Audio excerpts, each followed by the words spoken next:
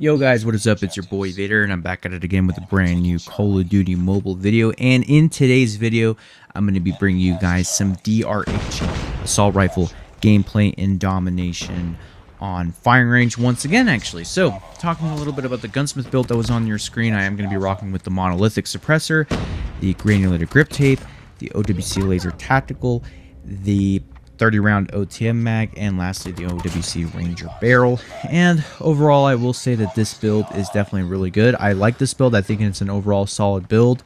One thing that I do want to mention is for sure you're going to want to run the 30-round OTM mag, just because it gives you those 5 extra bullets that you're going to need, because this gun doesn't really have like I said, that much ammo capacity. So when you are spraying, or when you're pre-firing things, or when you're trying to kill multiple people at the same time, like 2 or 3, you're going to be left with not a lot of bullets if you're going to be using the 25-round OTM mag. But I'd highly recommend the 30-round. It does it justice, and it also has the same damage, so it's kind of useful in a sense to where you get those 5 extra bullets. But regardless of that, let's go ahead and talk about the assault rifle in general and what I think about it, and so overall what's my thoughts and things of that nature. So overall, I would say that this assault rifle is definitely in the mid-echelon tier of assault rifles. I mean, if you think about it, the DRH is kind of almost as irrelevant as, like, let's say the M4. It's not really a very utilized assault rifle because it doesn't offer that much versatility.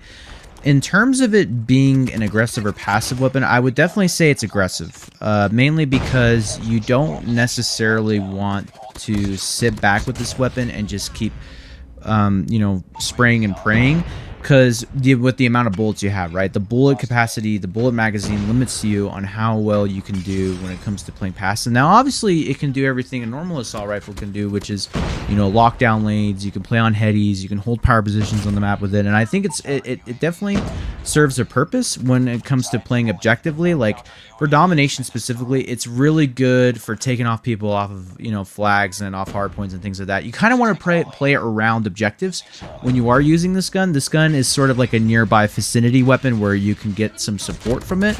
It's not necessarily a super passive weapon in which you can just sit back and just hold down a lane and just maul people.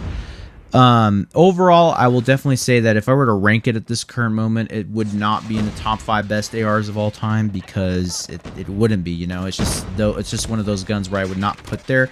There's other weapons that sort of beat out this gun. But regardless of that, the DRH is a fun gun to play with. It definitely has its moments in the game where it's like, wow, dude, this thing freaking hits like a truck. Like, this thing is going to take out your enemies. It's going to do the work. And honestly, it's going to be fun to use. Like I said, you want to challenge yourself in COD Mobile. You want to play with different guns. You want to be able to see how you match up against people who are using meta weapons. And I honestly think that the DRH is usable. It is usable, even though that it's not, that OP of an assault rifle compared to the other ones that we have in the game.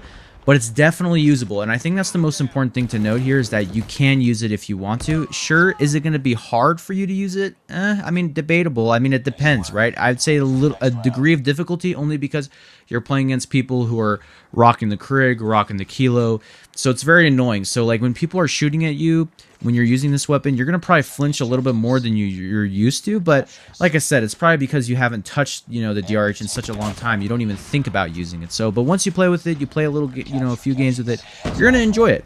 And I really have enjoyed it. I think I've missed this weapon. This weapon was a staple art of a weapon for like probably 5-7 seasons back in 2021 or early 2020. So I mean, this gun was a formidable monster when it came out, and it was probably like I said, at one point it was the best AR in the game. So you got to hold it to it. It's obviously the predecessor and the former champion of guns inside of Call of Duty. And at one point it used to be, like I said, the best gun in Call of Duty Mobile and the best AR, but obviously it's now become a predecessor to its successors that are currently in the game. So, but I do like using it. I think it's phenomenal. I definitely think you guys should use it. Obviously, this is a more mid-tier aggressive weapon. It's a mid-tier weapon in general, just because it's not really that low in terms of the M4, but I mean, it's at its relevance, right? Like, you're not going to use an M4. You don't even think about the M4. Same thing with this weapon. You don't even really think about using the DRH, but the power is a lot better than the M4. So that's sort of the trade-off that you're getting. That's sort of like, where the mixed reviews come in about this weapon, is that it still packs a punch, even though that it's irrelevant, right? Overall, like you see in this gameplay, I play very aggressively, but of course, like I'm always making sure that I'm on, you know, head glitches and things of that nature. Like I don't really make sure, I always make sure to like pre-aim everything, make sure to outgun my opponent. Sliding with this weapon is very useful if you're sliding into gunfights, or slide pre-aiming like how I'm doing right here to get this guy beat, but obviously I missed my shots. But doing that type of movement technique with this weapon is very good, because that gives you the ability to at least have a surprise attack when shooting at people that are using meta weapons, because it is kind of difficult. Like I said, you kind of have to be creative when taking gunfights with weapons like this, because, you know, and as you can see, like that, you know, just re-sliding, re-peeking the gunfight, even though that my opponent is still shooting. I mean, that's just some of the things that you guys have to learn and to take into consideration when you guys are using a weapon like this. Because like I said, it's not going to kill instantly like a Craig or a Kilo, so you're going to want to play a little bit more reserved and a little bit more cautious about how you approach gunfights. So you just got to be creative.